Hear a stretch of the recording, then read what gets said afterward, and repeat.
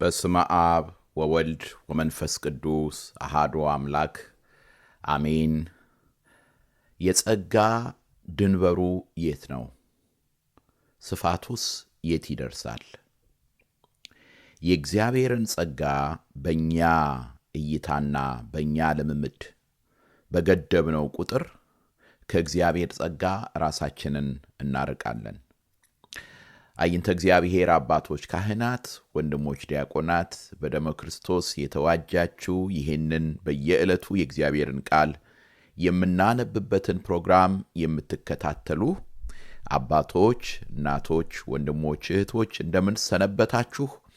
እንደምን ከረማችሁ? ልዑል እግዚአብሔር አምላካችን ለዚህ ዕለት ለዚህ ሰዓት ስላደረሰን ስሙ ከዘላለም እስከ ዘላለም ይክበር ይመስገን። በኦሪት ዘፍጥረት በእያንዳንዱ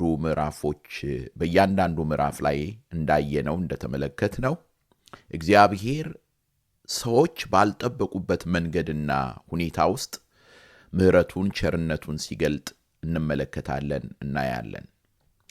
አንዳንድ ጊዜ ራሱ ለምንድነው መጽሐፍ ቅዱስ ላይ ይሄ የተጻፈው ምን ያደርጋል የምንላቸው ምንባቦች አሉ። በተለይ በሰዋዊ አነጋገር ይሄ የትውልድ ሐረግ ምን ያደርጋል? ይሄ የትውልድ ታሪክ እዚህ ቦታ ላይ ለምን ይቀመጣል? ይሄንን ማንበብ እንደው ይሰለቸኛል የምንል ብዙዎች ነን። ነገር ግን እግዚአብሔር ያለ ምክንያት በቃሉ ውስጥ እነዚያን ምዕራፎች አላስቀመጠም። ከነዚያ ምዕራፎች መካከል አንዱ ዘፍጥረት 36 ነው። ዛሬ የምንመለከተው ዛሬ የምናየው ይሄንን የዘፍጥረትን ታሪክ ነው። እንግዲህ ባለፉት ምዕራፎች ላይ እንደተመለከትነው እንዳየነው ያዕቆብ ከላባ ቤት ወጥቶ እሱ እንደፈራበትና እንደተጨነቀበት ሳይሆን እግዚአብሔር እየጠበቀው እግዚአብሔር እየጋረደው ስሙን ቀይሮ ለውጦ እስራኤል እንዳለው ኋላም ደግሞ ከወንድሙ ጋር በሰላም በፍቅር እንደተገናኘ እንዲሁም ያ ፍቅር ጸንቶ ለጊዜው ማለት ይቻላል አባታቸውን በአንድነት ሆነው እንደቀበሩ ሁሉ አይተናል። እንግዲህ ይሄ የመጨረሻው ምዕራፍ ነው። ዛሬ የምንመለከተው የኤሳውን ትውልድ ታሪክ ነው። በዚያ ውስጥ እግዚአብሔር እንደተለመደው ያስተምረናል፣ ይመክረናል። ስለዚህ በመጀመሪያ አብረን ምዕራፉን እናነባለን። ከዚያም እግዚአብሔር በዚያ ውስጥ የሚያስተምረንን አጠር ያለ ማብራሪያ አካፍላችኋለሁኝ። እንደተለመደው አደራ የምላችሁ ይህንን ለመስማት የሚናፍቁ የሚጓጉ ብዙዎች ስላሉ ለነርሱ ሼር እንድታደርጓቸው እንድታካፍሏቸው በእግዚአብሔር ስም ጠይቃችኋለሁ። ምክንያቱም የእግዚአብሔር ቃል ሕይወትን የሚለውጥ ነው። የእግዚአብሔር ቃል ሕይወትን የሚቀይር ነው። በጭንቀታችን በችግራችን ጊዜ ጸሎታችን የሚሆን ነው። ፈቃዱን ለልጆቹ የሚገልጥበት መንገድ ነው። ያልተነበበ የፍቅር ደብዳቤ ነው። ብዙዎቻችን ያላነበብነው የፍቅር ደብዳቤ ነው። ስለዚህ ለሌሎችም ይሄንን ሼር እንድታደርጉት እንድታካፍሉት በእግዚአብሔር ስም አሳስባችኋለሁኝ። ኦሪት ዘፍጥረት ምዕራፍ 36 የኤሳው ትውልድ ይህ ነው። እርሱም ኤዶም ነው። ኤሳው ከከነዓን ልጆች ሚስቶችን አገባ። የኬጢያዊውን የኤሎንን ልጅ አዳን፣ የኤዊያዊውን የጽብኖን ልጅ አና የወለዳትን አህሊባማን፣ የእስማኤልን ልጅ የነባዮትን እህት ቤሴሞትን። አዳ ለኤሳው ኤልፋዝን ወለደች፣ ቤስሞትም ራጉኤልን ወለደች። አህሊባምም የኡስን የዕላምን ቆሬን ወለደች። በከነዓን ምድር የተወለዱለት የኤሳው ልጆች እነዚህ ናቸው። ኤሳውም ሚስቶቹን ወንዶች ልጆቹንና ሴቶች ልጆቹን ቤተሰቡንም ሁሉ ከብቱንም ሁሉ እንስሶቹንም ሁሉ በከነዓንም አገር ያገኘውን ሁሉ ይዞ ከወንድሙ ከያዕቆብ ፊት ወደ ሌላ አገር ሄደ። ከብታቸው ስለበዛ በአንድነት ይቀመጡ ዘንድ አልቻሉም። በእንግድነት የተቀመጡባትን ምድር ከከብታቸው ብዛት የተነሳ ልትበቃቸው አልቻለችም። ኤሳውም በሴይር ተራራ ተቀመጠ። ኤሳውም ኤዶም ነው። በሴይር ተራራ የሚኖሩ የኤዶማውያን አባት የኤሳው ትውልድም ይህ ነው። የኤሳው ልጆች ስም ይህ ነው። የኤሳው ሚስት የአዳ ልጅ ኤልፋዝ፣ የኤሳው ሚስት የቤስሞን ልጅ ራጉኤል። የኤልፋዝም ልጆች እነዚህ ናቸው፦ ቴማን፣ ኦማር፣ ስፎ፣ ጎቶም፣ ቄኔዝ። ቴምናዕም ለኤሳው ልጅ ለኤልፋዝ የጭን ገረድ ነበረች። አማሌቅንም ለኤልፋዝ ወለደችለት። የኤሳው ሚስት የአዳ ልጆች እነዚህ ናቸው፦ የራጉኤልም ልጆች እነዚህ ናቸው፣ ናሆት፣ ዛራ፣ ሳማ፣ ሚዛህ። እነዚህም የኤሳው ሚስት የቤስሞት ልጆች ናቸው። የጽብዖን ልጆች የአና ልጅ የኤሳው ሚስት የሃሊባም ልጆች እነዚህ ናቸው። ለኤሳውም የኡስን፣ የዕላማን፣ ቆሬን ወለደች። የኤሳው ልጆች አለቆች እነዚህ ናቸው። ለኤሳው የበኩር ለኤልፋዝ ልጆች ቴማን አለቃ፣ ኦማር አለቃ፣ ስፎ አለቃ፣ ቄኔዝ አለቃ፣ ቆሬ አለቃ፣ ጎቶም አለቃ፣ አማሌቅ አለቃ። በኤዶም ምድር የኤልፋዝ አለቆች እነዚህ ናቸው። እነዚህ የአዳ ልጆች ናቸው። የኤሳው ልጅ የራጉኤል ልጆች እነዚህ ናቸው። ናሆት አለቃ፣ ዛራ አለቃ፣ ሳማ አለቃ፣ ሚዛህ አለቃ። በኤዶም ምድር የራጉኤል ልጆች አለቆች እነዚህ ናቸው። እነዚህም የኤሳው ሚስት የቤስሞት ልጆች ናቸው። የኤሳው ሚስት የአህሊባም ልጆች እነዚህ ናቸው። የኡስ አለቃ፣ የዕላማ አለቃ፣ ቆሬ አለቃ። የኤሳው ሚስት የሃና ልጅ የአህሊባም አለቆች እነዚህ ናቸው። የኤሳው ልጆችና አለቆች እነዚህ ናቸው። እርሱም ኤዶም ነው። በዚያች ሀገር የተቀመጡት የሆሪው የሴይር ልጆች እነዚህ ናቸው። ሎጣን፣ ሶባል፣ ጽብዖን፣ አና፣ ዲሶን፣ ሄጽር፣ ዲሳን። እነዚህ በኤዶም ምድር የሆሪው የሴይር ልጆች አለቆች ናቸው። የሎጣን ልጆችም ሆሪ፣ ሄማም ናቸው። የሎጣንም እህት ቲምና ናት። የሶባል ልጆችም እነዚህ ናቸው። አልዋን፣ ማኒሃት፣ ኤባል፣ ስፎ፣ አውናም። የጽብዖን ልጆችም እነዚህ ናቸው። አያ፣ አና። ይህም አና በምድረ በዳ የአባቱን የጽብዖንን አህዮች ሲጠብቅ ፍሎዎችን ያገኘ ነው። የአና ልጆችም እነዚህ ናቸው። ዲሶን፣ አህሊባም። የአና ሴት ልጅ የዲሶንም ልጆች እነዚህ ናቸው። ሄምዳን፣ ኤስባን፣ ይትራን፣ ክራን። የኤጽር ልጆችም እነዚህ ናቸው። ቢልሃን፣ ዛኤዋን፣ አቃን። የዲሳን ልጆችም እነዚህ ናቸው። ኡጽ፣ አራን። የሆሪ አለቆች እነዚህ ናቸው። ሎጣን አለቃ፣ ሶባል አለቃ፣ ጽብዖን አለቃ፣ አና አለቃ፣ ዲሶን አለቃ፣ ኤጽር አለቃ፣ ዲሳን አለቃ። በሴር ምድር አለቆች የሆኑ የሆሪ አለቆች እነዚህ ናቸው። በእስራኤል ልጆች ላይ ንጉሥ ከመኖሩ በፊት በኤዶም አገር የነገሱ ነገሥታት እነዚህ ናቸው። በኤዶምም የቢኦር ልጅ ባላቅ ነገሰ። የከተማውም ስም ዲንሃባ ናት። ባላቅም ሞተ። በስፍራውም የባሶራው የዛራ ልጅ ኢዮባብ ነገሰ። ኢዮባብም ሞተ። በስፍራውም የቴማኒው አገር ሁሳም ነገሰ። ሁሳም ሞተ። በስፍራውም የምዳምን ሰዎች በሞዓብ ሜዳ የመታ የባዳድ ልጅ ሃዳድ ነገሰ። የከተማውም ስም አዊት ተባለ። ሃዳድም ሞተ። በስፍራውም የመስሬቃው ሰምላ ነገሰ። ሰምላም ሞተ። በስፍራውም በወንዝ አጠገብ ካለችው ከርሆት ሳኦል ነገሰ። ሳኦልም ሞተ። በስፍራውም የአክቦር ልጅ ባልሃናን ነገሰ። የአክቦር ልጅ ባልሃናም ሞተ። በስፍራውም ሃዳር ነገሰ። የከተማው ስም ፋኡ ነው። ሚስቱም የሜዛሃብ ልጅ መጥሬድ የወለደቻት መሄጣብኤል ትባላለች። የኤሳውም የአለቆች ስም በወገናቸው በስፍራቸው በስማቸውም ይህ ነው። ቲምና አለቃ፣ አልዋ አለቃ፣ የቴት አለቃ፣ አህሊባማ አለቃ፣ ኤላ አለቃ፣ ፊኖን አለቃ፣ ቄኔዝ አለቃ፣ ቴማን አለቃ፣ ሚብሳር አለቃ፣ መግዲኤል አለቃ፣ ኤራም አለቃ። እነዚህ በግዛታቸው ምድር በየመኖሪያቸው የኤዶም አለቆች ናቸው። የኤዶማውያን አባት ይህ ኤሳው ነው። በፍጡር የሚያመልክ የተረገመ ነው። እግዚአብሔር አምላክ ስለ ቃሉ የተመሰገነ ይሁን። እንግዲህ ወደ ዛሬው ማብራሪያ ከመሄዴ በፊት አንድ ነገር መናገር እፈልጋለሁ። በተለይ ይሄ በዚህ ምዕራፍ ላይ በጣም የሚገርም ነገር ነው የምናየው። የመጀመሪያው ነገር ቅድም ወደ ተናገርኩት ነገር እንደገና ልመለስ።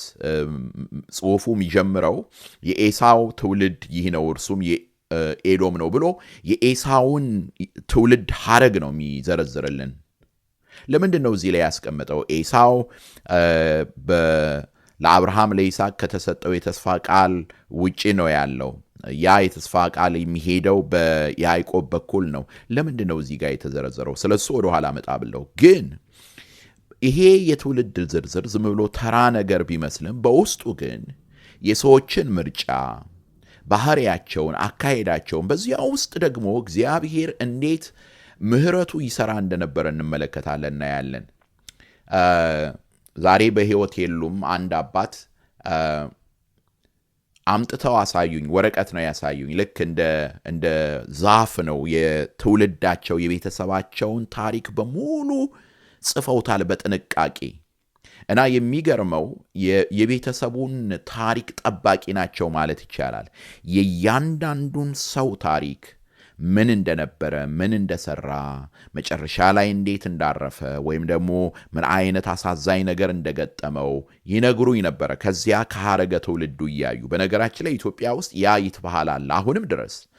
በእኔ ቤተሰብ ራሱ በቅርብ ጊዜ ያወቅኳቸው ዘመዴ አንዱ የሚታወቁበት ነገር ቢኖር የቤተሰቡን ታሪክ በሙሉ የሚይዙት እሳቸው ናቸው። እና እነዚህ አይነት ሰዎች ያስፈልጋሉ፣ ለትውልዱ ታሪክን የሚነግሩ፣ ታሪክ እንዳይረሳ፣ ማንነት እንዳይረሳ የሚነግሩ ያስፈልጋሉ። ለምን?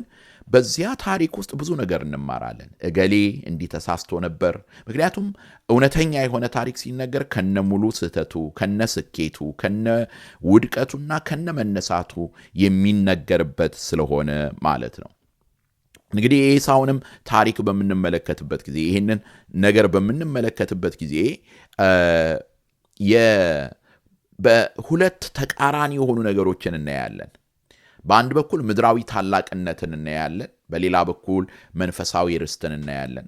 በአንድ በኩል ሰዋዊ ስኬትን እንመለከታለን፣ በሌላ በኩል የቃል ኪዳን ተስፋ እናያለን። ማለት ለምንድን ነው ይህንን የምናገረው? የኤሳውን ታሪክ ባነበብን ቁጥር በአእምሯችን ያዕቆብን ማነጻጸራችን የማይቀር ስለሆነ ነው። ስለዚህ በአንድ በኩል ጊዜያዊ ስልጣንን እናያለን። ለምሳሌ እዚህ ስፍራ ላይ አይታችሁ ከሆነ ነገስታት፣ አለቆች፣ ባላባቶች እነዚህ ተዘርዝረው እንመለከታለን፣ እናያለን። እንዲሁም በእስራኤል አገር ንጉሥ ሳይኖር አሁን የተነበበውን ክፍል አይታችሁ ከሆነ በእስራኤል አገር ንጉሥ ሳይኖር በኤዶም ነገስታት እንደነበሩ እንዳለ ሲናገር እናያለን። ቁጥር 31 ላይ በእስራኤል ልጆች ላይ ንጉሥ ከመኖሩ በፊት በኤዶም አገር የነገሱ ነገስታት እነዚህ ነበሩ ብሎ ሲናገር እንመለከታለን፣ እናያለን ማለት ነው። በዚህ ምክንያት አባቶቻችን የኤሳው ትውልድ ምድራዊውን መንገድ፣ ሰዋዊውን አካሄድ እንደሚወክል፣ ነገር ግን የያዕቆብ ትውልድ ደግሞ ከነድካሙ ሁልጊዜ ለእግዚአብሔር በመገዛት ሁልጊዜ እግዚአብሔርን ማዕከል በማድረግ እንደ አቅሙ ለእግዚአብሔር በመታዘዝ ሰማያዊውን እንደሚወክል ይነግሩናል። ይሄ ምድራዊውና ሰማያዊው አካሄድ በምን ላይ የተመሰረተ ነው ስንል በሰው ፍጹምነት አይደለም፣ ሰውን ከናልባ በመሆኑና ባለመሆኑ አይደለም። ሁለቱም ደካሞች እንደሆኑ አይተናል ባለፈ ታሪካቸው።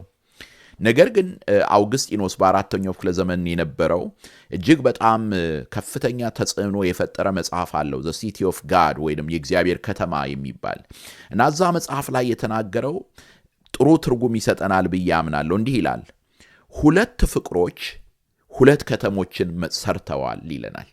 ሁለት ፍቅሮች ሁለት ከተሞችን ሰርተዋል። በእግዚአብሔር ላይ እየዘበቱ እንኳን ራስን መውደድ ምድራዊ ከተማን ሰርቷል። ራስ ላይ እየዘበቱ ራስን በመናቅ እግዚአብሔርን መውደድ ደግሞ ሰማያዊ ከተማን ሰርቷል። እዚህ ጋር ቆም ልበል፣ እቀጥለዋለሁ፣ አነብላችኋለሁ። አይታችሁ ከሆነ ያዕቆብ ምንድነው ማለት ያለው? ይሄ አይገባኝም፣ ይሄ ያኔ አይደለም። እግዚአብሔር ምሕረቱን ስላደረገልኝ ነው። እግዚአብሔር ይቅርታውን ስላደረገልኝ ነው። ደግሞ ደጋግሞ የሚናገረው ይሄንን ነው። ስለዚህ ራስን እየናቁ እግዚአብሔርን መውደድ ሰማያዊ አገርን መስርቷል ይለናል። ሲቲ ኦፍ ጋድን መስርቷል ይለናል። ነገር ግን ደግሞ እግዚአብሔርን በመናቅና በእግዚአብሔር ላይ በማመጽ ራስን መውደድ ደግሞ ምድራዊ ከተማን ሰርቷል ካለ በኋላ እንዲህ ይላል፣ ምድራዊቷ ከተማ በራሷ ትመካለች፣ ሰማያዊቷ ከተማ ግን በጌታ ትመካለች። ምክንያቱም ምድራዊቷ ከተማ ከሰው ዘንድ ክብርን ትሻለች፣ የሌላኛይቱ ታላቅ ክብር ግን የሕሊና ምስክር የሆነው እግዚአብሔር ነው። አንደኛይቱ በገዛ ክብሯ ራሷን ቀና ታደርጋለች፣ ሰማያዊቷ ከተማ ግን አምላኳን አንተ ክብሬ ነህ፣ ራሴንም ከፍ የምታደርገው አንተ ነህ ትለዋለች። በምድራዊቷ ከተማ ውስጥ ገዢዎችና ድል ያደረገቻቸው አሕዛብ ለመግዛት ባላቸው ፍቅር ይመራሉ። በሰማያዊቷ ከተማ ግን ገዢዎችና ተገዢዎች በፍቅር እርስ በርሳቸው ይገለገላሉ። ተገዢዎቹ በመታዘዝ ሲያገለግሉ፣ ገዢዎቹ ደግሞ ለሁሉም በማሰብና በመጨነቅ ይሰራሉ።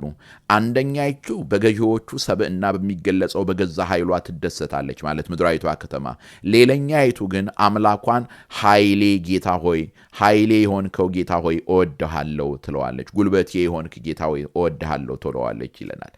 እና እያነጻጸም ይነግረን ይሄን ነው። አሁን አይታችሁ ከሆነ የኤሳው ትውልድ ሐረገ ትውልድ ላይ በምትመለከቱበት ጊዜ ስልጣን ትልቅ ስፍራ ተሰጥቶት ነው የምንመለከተው እና ከፍተኛ የሆነ የስልጣን መዋቅርና አደረጃጀት ያለው የበለጸገ ነው የሆነው ኤሳው ወይም ኤዶም ተብሎ የሚጠራው እዚህ ቦታ ላይ በአንድ በኩል የእግዚአብሔርን ቃል ኪዳን ማለት ለኤሳው የተነገረለትን ታላቅ ሕዝብ አደርግሃለሁ ብሎታል። ታላቅ ሕዝብ እግዚአብሔር ያደርግሃል ብሎታል ይስሐቅም ሲነግረው።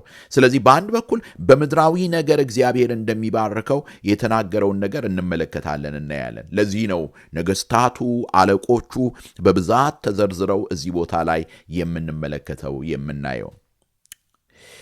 ሌላ ግን ተቃራኒ የሆነ በጣም የሚገርም ነገር ደግሞ እዚህ ስፍራ ላይ እናያለን። ምናልባት አይታችሁት ሊሆን ይችላል፣ ካላያችሁት እንድታስተውሉት ላድርጋችሁ።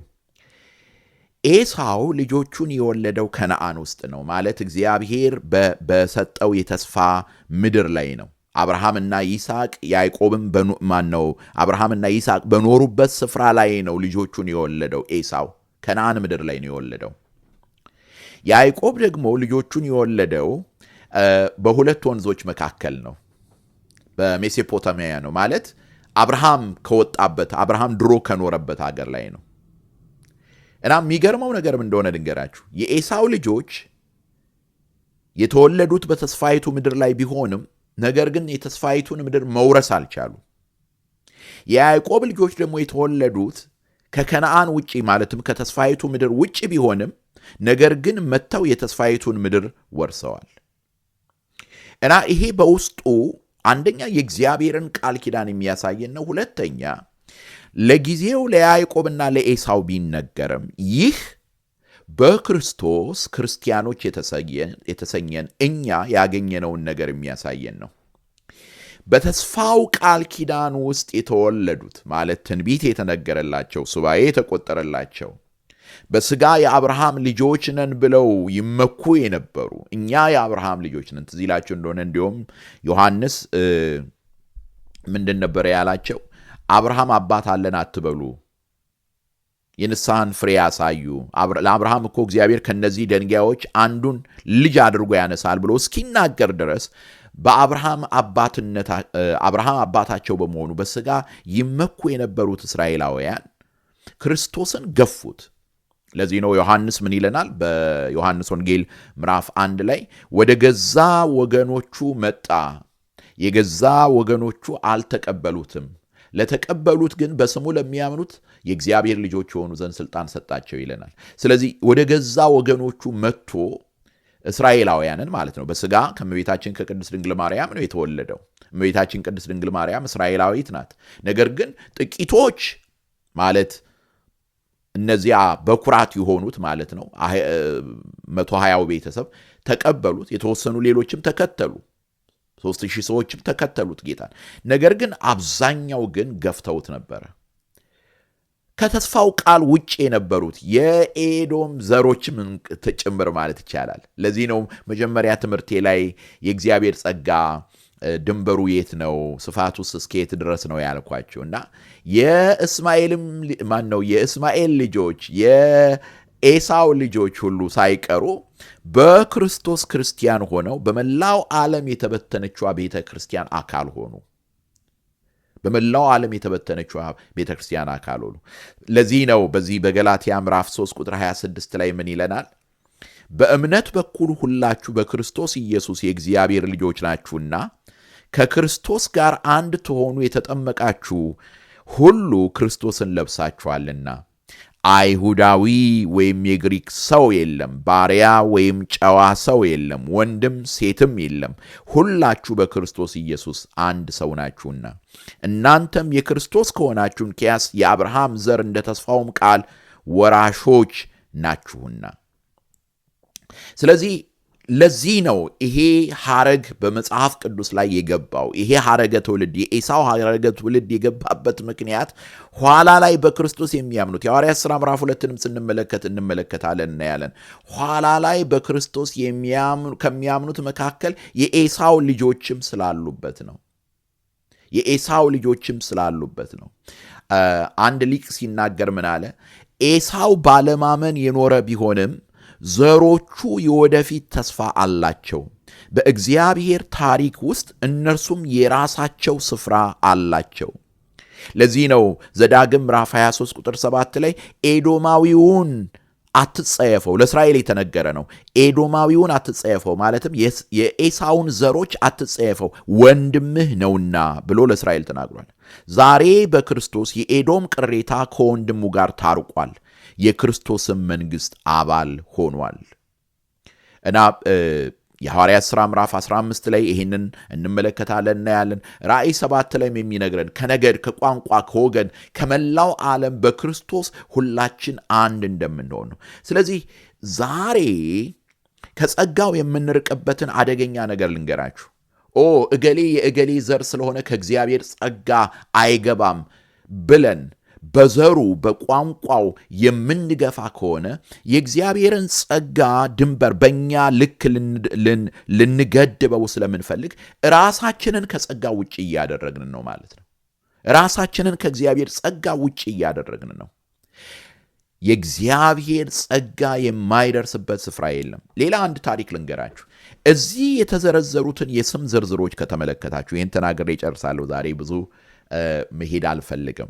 እዚህ የተዘረዘሩትን ካያችሁ የኢዮብን ዘርም ታገኙታላችሁ። ብዙዎች ሊቃውንት እንደሚስማሙት ኢዮብ ከእስራኤል ወገን አይደለም፣ ከእስራኤል ምድር ውጭ የነበረ ነው እና ብዙዎች ሊቃውንት የሚገምቱት ከኤዶም ሰፈር እንደሆነ ነው። ማለት የኤሳው ዘር አካል እንደሆነ ነው። ለምን? ምክንያቱም ዝርዝሩ ላይ እናገኛለን፣ ኤልፋዝን እናገኛለን፣ ቴምናን እናገኛለን። እነዚያ የተዘረዘሩትን ወገኖች በመጽሐፈ ኢዮብ ላይ የምናገኛቸው ከእስራኤል ውጭ የሆኑ ናቸው። እነዚያን ነው የምናገኘው እና ብዙዎች ሊቃውንቶች ይህንን ይገምታሉ።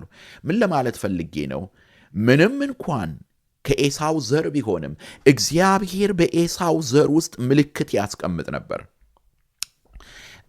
ይሄ ወደ ሌላ ቦታ ወሰደኝ። እንደው አንዱን እያመጣው በዮስጢኖስ ሰማዕት ወይንም ጀስትን ማርተር የተባለው በሁለተኛው ክፍለ ዘመን የነበረው የቤተ ክርስቲያን አባት ስለ ክርስትና ለአሕዛብ ፕሬዘንት በሚያደርግበት ጊዜ፣ በሚናገርበት ጊዜ፣ ዕቅበተ እምነትን በሚሰራበት ጊዜ ምን ነበር ይላቸው የነበረው? በግሪኮች ፍልስፍና ውስጥ እንኳን የእግዚአብሔር ጸጋ እንደተገለጠ ይናገራል። በነ ሶቅራጥስ በነ ፕሌቶ ፍልስፍና ውስጥ እግዚአብሔር ጸጋውን ጭል ያደርግ እንደነበረ ሲናገር እናያለን። እንዲሁም አንዳንዶች እነዚህ ከክርስትና በፊት የነበሩ መንገድ ጠራጊዎች እንደሆኑ፣ ፓስ ፋይንደርስ እንደሆኑ እስከ መናገር ደርሰዋል። ስለዚህ ምንድን ነው ልል የምፈልገው? የእግዚአብሔር ጸጋ የማይደርስበት ስፍራ የለም። መደመደመው እዚህ ላይ ነው። ለምን? ይሄ የትውልድ የጎሳ ዝርዝር ሲዘረዘር አሁን በመላው ዓለም ሀገራችንን ጨምሮ ብዙዎች ሀገራት አጣብቅኝ ውስጥ የደም አበላ ውስጥ የገቡበትን ነገር ነው የምናየው። እኔና እናንተ ክርስቲያኖች የተባልን ከጎሳ ትርክት ካልወጣንና በክርስቶስ አንድ መሆናችንን ካላመንን፣ በነገራችን ላይ ዘረኝነት የኑፋቄ አንዱ መገለጫ ነው። ኑፋቄ ነው፣ ጥላቻ ነው። ክርስቲያንም ሆኖ ኦርቶዶክሳዊም ሆኖ ማንም የትኛውም ሆኖ ዘረኝነትን የሚያራምድ ከሆነ እውነተኛ ኦርቶዶክሳዊ አይደለም፣ መናፍቅ ነው። እኔ ወንድሜንና እህቴን ማውቃቸው በክርስቶስ ነው። ለክርስቲያን ዓለም በሁለት የተከፈለ ነው። በክርስቶስ ያሉና ከክርስቶስ ውጭ ያሉ፣ ሌላ ነገር የላቸውም። ስለዚህ እነዛ ከክርስቶስ ውጭ እንኳን ያሉትን እግዚአብሔር በምሕረቱ እንደሚገናኛቸው፣ ጸጋውን እንደሚያበዛላቸው ልናምን ይገባናል። ስለዚህ ኦሪት ዘፍጥረት ምዕራፍ 36 የሚያስተምረን ነገር ይሄ ነው። ለጸጋው ወሰን የለውም። ከአእምሮ በላይ ነው። ፍቅሩ፣ ስፋቱ፣ ወርዱ፣ ቁመቱ ከመነገር በላይ የሆነ ነው። በክርስቶስ ያንን አይተነዋል። ሕዝብና አሕዛብን በአንድነት ጠቅልሏል፣ ይዟል። በሌላ በኩል ደግሞ ለምድራዊ በረከት ሁል ጊዜ መሮጥ በራሱ ለጊዜው ስኬታማ ቢያስመስልም፣ ነገር ግን ያለ እግዚአብሔር ተስፋ ሰዎች ባዶ ናቸው። የኤሳው ልጆች፣ የልጅ ልጆች ዘሮቹ በቃ አለቆች ሆነዋል፣ ነገሥታት ሆነዋል። ግን እግዚአብሔር አልባ በመሆናቸው በብዙ ተጎድተዋል። ስለዚህ ስኬትን ሁሉ ከአንድ ነገር አንጻር ብቻ እንዳትመለከቱ። በስኬታችሁ ሁሉ የስኬት ሁሉ ቁንጮ የሆነው እግዚአብሔር አንዱ ክፍል አይደለም መሆን ያለበት፣ የስኬታችሁ ማዕከል ይሁን። እርሱን ይዛችሁ የምታገኙት የተባረከ ነው። ለዚህ ነው በጌታ ስም የሚመጣ የተባረከ ነው የተባለው። እርግጥ ነው ለክርስቶስ የተነገረ ነው። ነገር ግን በክርስቶስ በእርሱ በአምላካችን የምናገኘው በረከት ሁሉ የተባረከ ነው። ሀብትም ይሁን ጤናም ይሁን ልጆችም ይሁኑ ማናቸውም ነገር እርሱን አክብረን እርሱን ይዘን ለእርሱ ከሰጠነው ትዳራችንን፣ ኑሯችንን፣ ሕይወታችንን አምላካችን በዚያ ውስጥ ይከብራል። አምላካችን በዚያ ውስጥ ይነግሳል። በእውነት ያስተማረን የመከረን የአባቶቻችን አምላክ ስሙ ከዘላለም እስከ ዘላለም ይክበር ይመስገን። እግዚአብሔር ይባርካችሁ። እንግዲህ እናንተስ ምንድን የተማራችሁት? ዝም ብሎ የእድር ሊስት የሚመስል ነገር ነው ያያችሁት ወይስ በዚህ ውስጥ ምንድን የተመለከታችሁት ያያችሁት? አሁንም በእውነት ብዙዎቻችሁ በተለይ በዩቲዩብ ቻናላችን ኮሜንት መስጫ ላይ ብዙ ሪፍሌክት እያደረጋችሁ ነው። እግዚአብሔር ይባርካችሁ። ምንድነው አሁንስ ማብራሪያውንም ከሰማችሁ በኋላ የተማራችሁት ነገር? ከዚህ በፊት አንብባችሁት ነበር? እንዲህ አይነቶችን ሐረገ ትውልዶች ስታነቡ ምንድን ነበር የሚሰማችሁ? ከናንተ ሐሳብ መስማት ፈልጋለሁ። ሰላም እግዚአብሔር ከናንተ ጋር ይሁን። አሜን።